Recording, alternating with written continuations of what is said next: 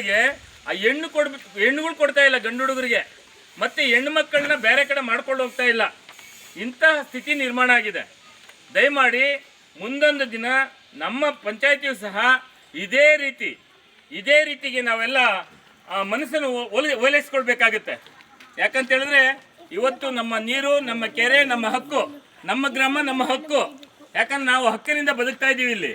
ಹಾಗಾಗಿ ಆ ಹಕ್ಕಿಗೆ ತಕ್ಕಂತೆ ಪ್ರತಿಫಲವಾಗಿ ನೀರು ಸ್ವಾಭಾವಿಕವಾಗಿ ಬರ್ತಕ್ಕಂಥದ್ದು.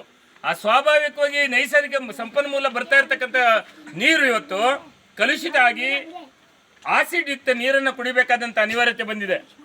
ಇವತ್ತು ನಿಮ್ಗೊಂದು ತಾಯಂದಿರು ನಾವು ಒಂದು ಮಾತು ಹೇಳ್ತೀನಿ ನಿಮಗೆ, ಇವತ್ತು ಏನಾದ್ರೂ ಯಾರ ಮನೇಲಾದರೂ ಫಿಲ್ಟ್ರು ವಾಟರ್ ಇದ್ದರೆ ಅವರು ಒಂದು 90% ಸ್ವಚ್ಛ ನೀರನ್ನು ಕುಡಿತಾ ಇದ್ದೀವಿ ಅಂತ ಲೆಕ್ಕ. ಇಲ್ಲ ಅಂತ ಹೇಳಿದ್ರೆ ಏನು ನೇರವಾಗಿ ಬೋರ್ವೆಲ್ನಿಂದ ಬರ್ತಕ್ಕಂಥ ನೀರನ್ನು ನೇರವಾಗಿ ಕುಡಿತಾ ಇದ್ದೀವಿ ಅಂತ ಹೇಳಿದ್ರೆ, ಅಂದರೆ ಕಾಯಿಸದೆ ಕುಡಿತಾ ಇದ್ದೀವಿ ಅಂತ ಹೇಳಿದ್ರೆ ಈಗಾಗಲೇ ನಮಗೆ ರೋಗ ರುಜಿನಗಳು ಬರೋದಕ್ಕೆ ಪ್ರಾರಂಭ ಆಗಿದೆ ಅಂತ ಲೆಕ್ಕ.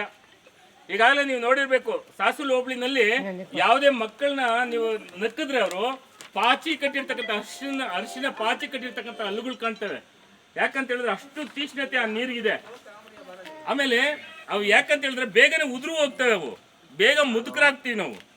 ಯಾಕಂದ್ರೆ ಹಲ್ಲುಗಳು ಸ್ವಾಭಾವಿಕವಾಗಿ ನಾವು ತಿನ್ನಂಥ ಆಹಾರನ ಜೀರ್ಣ ಮಾಡ್ಬೇಕಾದ್ರೆ ಹಲ್ಲುಗಳು ಸ್ವಾಭಾವಿಕವಾಗಿ ನಮಗೆ ಬೇಕು. ಅಂತಹ ಹಲ್ಲುಗಳು ಸಹ ಜೀರ್ಣ ಆಗದೆ ಸ್ವಚ್ಛ ಆಗದೆ ಸೊ ಬೇಗ ಉದುರಿ ಹೋಗುವಂಥ ಸನ್ನಿವೇಶನೂ ಬರುತ್ತೆ, ಬೇಗ ಮುದುಕರಾಗಬೇಕು. ಇಂತಹ ಸನ್ನಿವೇಶ ಸೃಷ್ಟಿಯಾಗ್ತಾ ಇದೆ.